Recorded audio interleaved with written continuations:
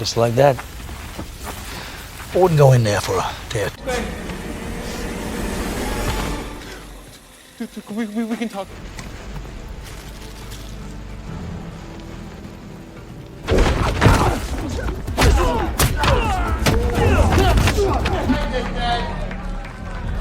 What a bunch of jello.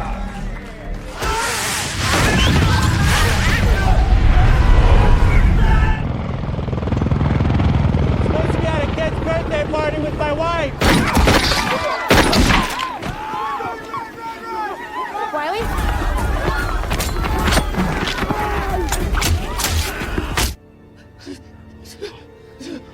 Fuck this. Bye, Mom.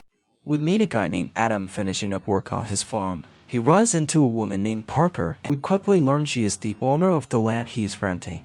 It is obvious she is thrilled to have him around as a tenant. Adam takes excellent care of the property, bringing the land completely back to life. Parker tells Adam she practically sees him as a son, inviting him over for dinner later. Adam admits the feeling is mutual. She is like a mother to him. He promises he will be there for dinner.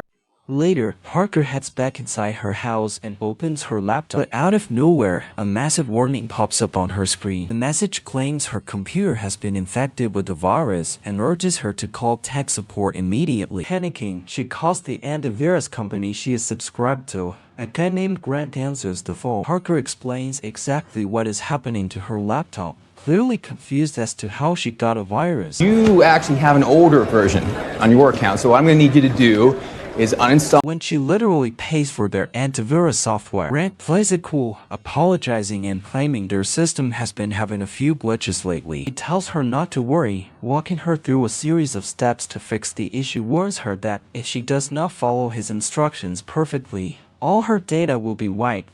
Trusting him, Parker does exactly what he says, and everything seems to go back to normal. And Grant tells her he is going to refund her $500. Supposed to credit you 500, but I know I got a stuck key here. I'm gonna lose my. As compensation for reeling the company for all the stress they caused, he just needs her to enter her bank account details so he can process the transfer. Parker types in the account number, which happens to be the main account for the charity she manages. But instead of 500, Grant accidentally sends $50. He immediately gets back on the phone and tells her he made a massive mistake with the transfer. He begs her to send the extra money back, claiming he is going to get fired if she does not. Parker feels terrible for the guy. Without hesitating, she agrees to wire the difference back. She logs into the charity's main banking portal, typing in her password. Now this is the master password for all her accounts. Okay, so the second The screen shows the account holds $2 million in charity fund. Parker processes the refund, sending the extra money back to Grant's account. But the second she hits send, every single penny in the charity account is drained into Grant's pocket. Parker desperately tries to get Grant back on the line to figure out what just happened, but he is gone. It hits her all at once. She did not just make a mistake. She was scammed out of everything. Meanwhile, across town, Grant and his entire boiler room team are celebrating their massive payday. Turns out, this was not a glitch. Grant runs a highly organized cyber scam operation. Yes, that is what I am talking about! Come on! Later that night, Adam heads over to Parker's house for their dinner as promised, but as soon as he steps onto the porch, he notices the for-real-on door is wide open. He walks inside, only to find a gun on the floor and Parker dead in her chair. Before he can even process it, Parker's daughter, Verona, sneaks up behind him. She aims a gun right at his back, ordering him to the ground. Verona is not just a grieving daughter, she is an FBI agent. But she is caught off guard when Adam actually recognizes her. I'm so sorry. Well, how do you know my... Calling her by her first name and telling her how incredibly sorry he is about her mom, Verona does not care. As far as she is concerned, he is the prime suspect. She arrests him on the spot, handing him over to the cops. But the lockup does not last long. A few hours later, Adam is released. There is zero physical evidence tying him to Parker's death. On top of that, the coroner's report confirms the awful truth. Parker took her own life. Back at the house, Verona sits alone in the dark, digging through her mom's laptop. It It does not take long for her to find exactly what drove her mother to the edge. The next day, Rona tracks Adam down. She apologizes for pulling a gun on him and even thanks him for taking such good care of her mom lately. She breaks the news. Her mom did not just snap. She was the victim of a ruthless phishing scam, and the thieves drank every last cent of the charity's funds. Adam asks her who exactly they're dealing with. Rona explains that the scammer is a ghost, operating entirely under the cover of a legitimate-looking antivirus company. And the worst part, she lays it out straight, she cannot even open a formal case against them. Because on paper, the evidence shows that Parker authorized the transfer herself. Legally speaking, there is absolutely nothing the FBI can do to touch this company. Rona asks Adam for his help in tracking down the people behind the company. He turns her down flat. He offers his condolences one last time, turns around, and walks away. Instead, Adam makes a call to an old contact for Rian, a highly classified organization known as the Hive. Turns out, Adam used to be one of their operatives. The Hive operates outside normal channels, working in the shadows for the US government. Yeah. You weren't kidding, this one kicked They handle the off-the-books missions that officially never happen, so when his old contact hears his voice, she is completely caught off guard. Adam walked away from Rylan that life a long time ago. He makes it clear that this is not an official mission. This is strictly personal. He just needs one favor and address for the fake antivirus company. It does not take long. She calls him back a few hours later with the exact location. Adam heads straight for their headquarters, bringing a couple of heavy gas cans with him.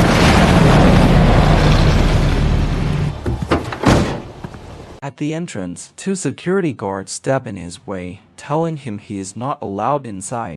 Adam does not even slow down. He neutralizes both of them in seconds, walks right through the for-real doors, and heads for the main call center floor.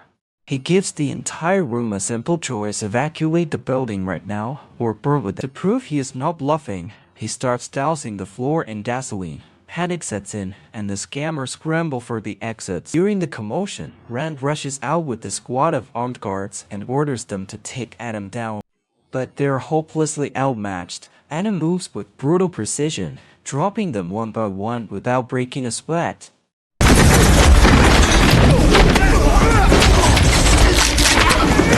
Rand is absolutely terrified. He backs away, desperately asking Adam why he is doing this. Adam just looks at him and calmly states that he is a beekeeper and it is his job to smoke out the hornets. He pulls out explosives, planting them around the server room and rigging the detonator directly to the company's phone system. He looks Rand in the eye and tells him the very same phone calls they used to steal people's money are going to be their downfall. He rigged the system so that the next time a victim dials their number, the entire building blows. Nothing alive in here won't be.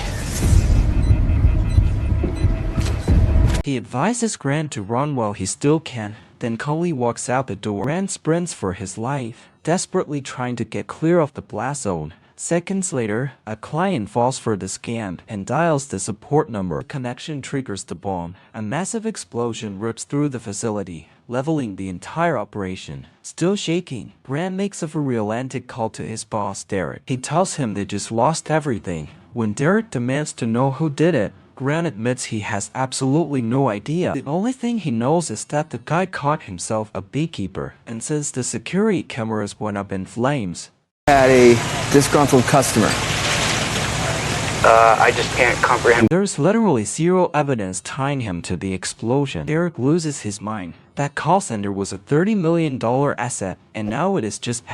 He realizes this was no random. Someone is coming after them for revenge. He orders Grant to comb through the records of every single person they scammed over the last few days to find the connection.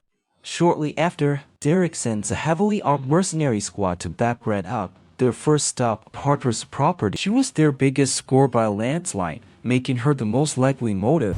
That's him. Whoever she knew has to be the one hunting them. When they pull up to the farm, they happen to spot Adam driving his truck toward the barn. Thinking he is an easy target, they follow him inside to finish the job. But as soon as Grant and his hitmen step through the doors, they realize something is wrong. The barn is completely silent. Adam is not hiding. He lured them in. He knew exactly what he was doing, using the shadows to his advantage. He starts attacking them for real at every angle. He is an absolute slaughter. Within minutes, the entire squad is dead, leaving only Grant shaking in the corner.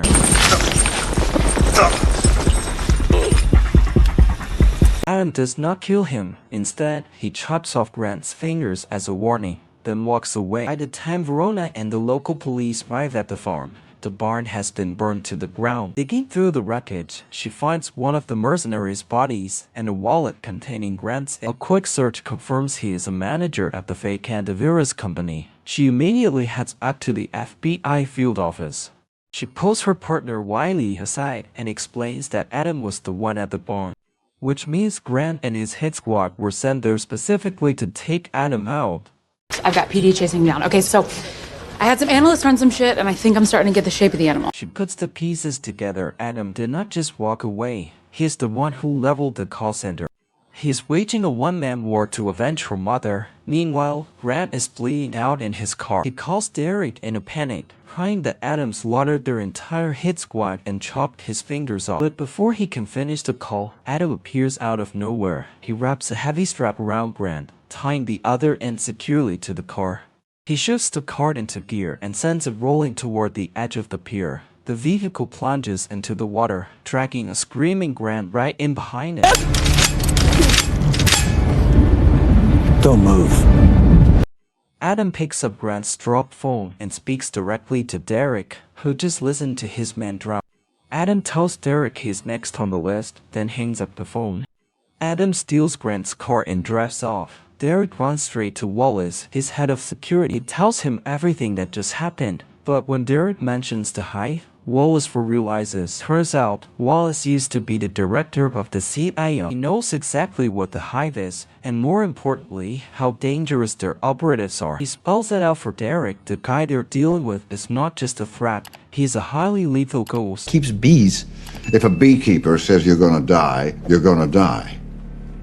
Wallace immediately makes a call to Derek's mother, Jessica. Here is the thing. Jessica happens to be the President of the United States. He lays out the entire situation, explaining exactly the kind of mess her son just dragged them into. Jessica orders Wallace to protect her son at all costs. With a blank check, Wallace reaches out to Agent Janet, the current director in charge of the entire hive program. He tells her one of her operatives, Adam, is actively hunting down the president's son. Janet clarifies that Adam is retired. He is operating completely off the grid and outside their control. What's the body count? 7 today. You busy making... Wallace demands she eliminate Adam immediately. Later, at the FBI field office, Verona and her partner Wiley are running Adam's name through every database they have, but they hit a brick wall. The system has absolutely zero record of him existing. Verona realizes he is not just a regular civilian. He has to be a former operative for a highly classified organization. Just then, Wiley gets an update. Local police just pulled Grant's body out of the ocean. He's probably in a classified program. They rush to the scene and check the body, horrified to find his fingers were chopped off before he died. Later that night, Adam pulls up to a gas station. Out of nowhere, another car violently rams into his truck. A woman steps out of the vehicle. It is Landers, a highly trained active hive operative. She attacks Adam, and a brutal fistfight breaks out. Right in the middle of the brawl, a police cruiser pulls up. Landers does not hesitate. She pulls a gun and shreds the car, killing the cops instantly. Adam uses the distraction to strike back.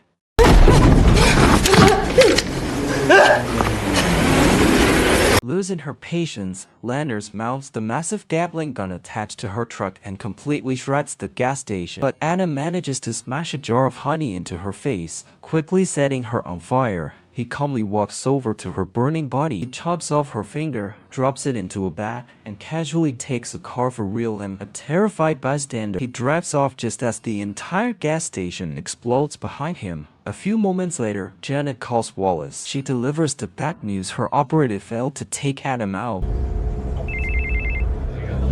There's an issue.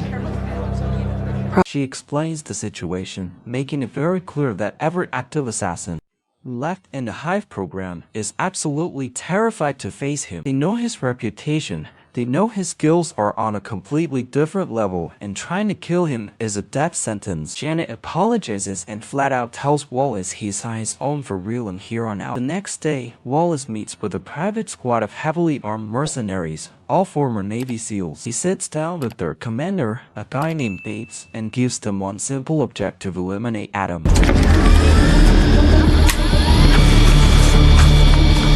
He warns Bates not to underestimate him, explaining that Adam is the most lethal operative the Hive ever produced. Meanwhile, Adam tracks down the secret storage facility belonging to Landers, the assassin he killed the night before. He uses her severed finger to bypass the biometric lock on the door. Once inside, he boots up her computer. He digs through her files, searching for any connection to the scam operation, until he finally uncovers the company's real corporate headquarters. He stocks up on a massive arsenal of weapons and explosives for real in the stash, then heads back at the FBI. Verona and Wiley take their case straight to the director. She lays out the entire string of recent attacks, tying the destroyed call center directly to the scam that killed her mother. She explains that Adam is the man single-handedly orchestrating the chaos and reveals his past as a highly trained operative for the Hive. Based on the extensive use of tradecraft and the nature of his alias, we believe Verona makes it clear that Adam's endgame is getting revenge on Derek, the real owner of the scam network. She strongly advises that the FBI set up a defensive perimeter around the company's main headquarters, because it is only a matter of time before Adam shows up to burn that building to the ground, too. The director approves the operation, ordering her to keep him updated on every single development. A few hours later, a massive tactical FBI unit is stationed outside Derek's corporate building. Adam walks right up to the for real lines and calmly asks the agents to step aside so nobody gets hurt. The tactical commander is stunned by the sheer audacity. He immediately orders his men to take Adam down. I figured I'd give the firefighters a break. I put it through enough already. But Adam moves faster. He lunges at the squad, dismantling the heavily armed agents in close combat. Adam breaches the building, making a blatant straight for the executive offices. But Bates and his mercenary squad are already waiting, opening fire the second they spot him. Adam does not wait to see what happens next. He moves first, diving into the maze of corporate hallways as the squad splits up to hunt him down.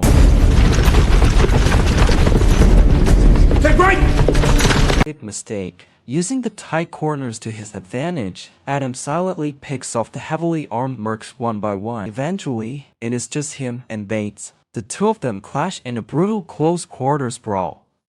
But Bates is completely outmatched. Adam finishes him off, then finally corners the company. He forces the executive to reveal who is actually running the shadow operation. Terrified, the CEO pulls up a picture of Derek. He swears he has no idea where Derek is hiding. Just then, Verona and her FBI tactical team storm the office.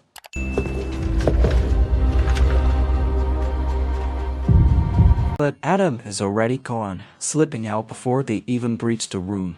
Verona checks the glowing monitor and her blood runs cold when she realizes the mastermind is the president's son. She immediately heads back to headquarters and gets the FBI director on a secure line. Verona lays out the entire conspiracy. The fake antivirus corporation is actually tied directly to President Jessica's financial empire, and Derek is using it as a massive arena to siphon millions for real and innocent victims. Meanwhile, Wallace gets a for real-lantic update about the slaughter at the corporate headquarters. Gee. Oh, I'm so sorry. Excuse me. He orders Derek to call his mother immediately and bunker down at her heavily fortified estate. The clock is running. Adam knows exactly who Derek is, and nowhere else is safe. The next day, Derek arrives at the president's private compound. The place is an absolute fortress. The Secret Service has every single entry and exit locked down tight. Derek's personal shadow is a brutal South American mercenary commander named Ross. Wallace hired him specifically to be Derek's last line of defense against Adam. It's absolutely fucking terrifying. Yeah. Good man, but clearly not good enough. To make matters more complicated, President Jessica is throwing a massive high-profile gala at the estate. That is exactly the cover Adam needs. He silently infiltrates the compound through the underground drainage. Disguised in stolen tactical gear, he blends right in with the security forces, moving through the perimeter completely undetected. He quietly plants explosives on the SWAT vehicles parked outside, setting up his contingency plan.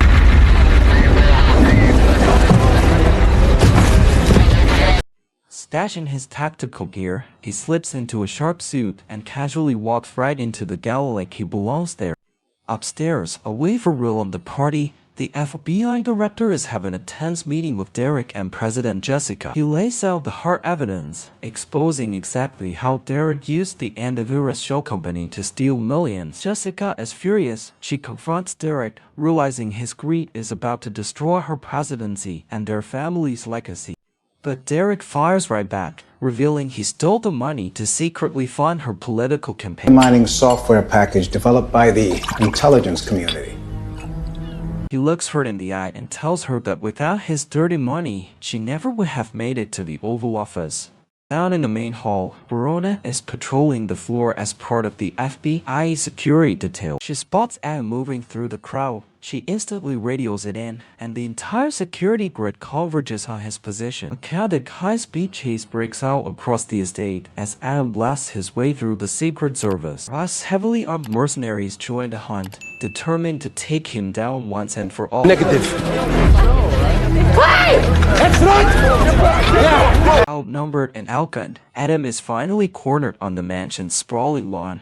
Wallace steps out, giving Ross the absolute green light to execute him on the spot. But Adam is always one step ahead. He triggers the explosives he planted earlier, turning the armored vehicles into massive fireballs. Using the blinding smoke and chaos to his advantage, he slips right back inside the mansion and heads straight for the VIP suite. At this point, he is a force of nature. Anyone who stands between him and Derek is put down instantly.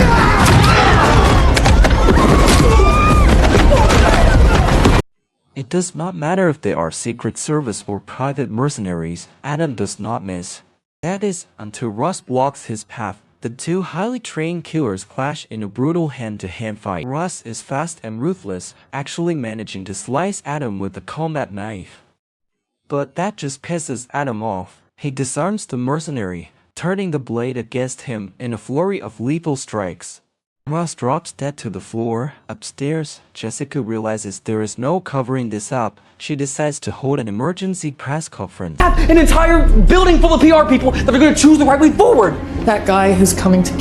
She's going to tell the world the truth, which means Derek is going to federal prison for massive cyber for real. Derek completely snaps, refusing to go to jail. He draws a gun and shoots the FBI director dead. Just as he does, Adam kicks the doors open, his weapon locked dead on Derek. In an act of pure cowardice, Derek grabs his own mother, pressing his gun to the president's head as a human shield.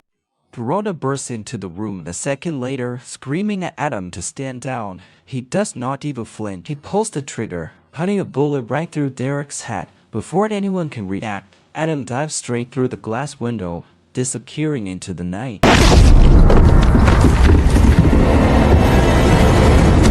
Verona rushes to the window, but she lowers her weapon and lets him get away. She knows exactly why he did it. He just wiped out the untouchable criminals responsible for her mother's death. And with that, the movie ends. If you enjoyed the video, drop a like and subscribe to Film Channel.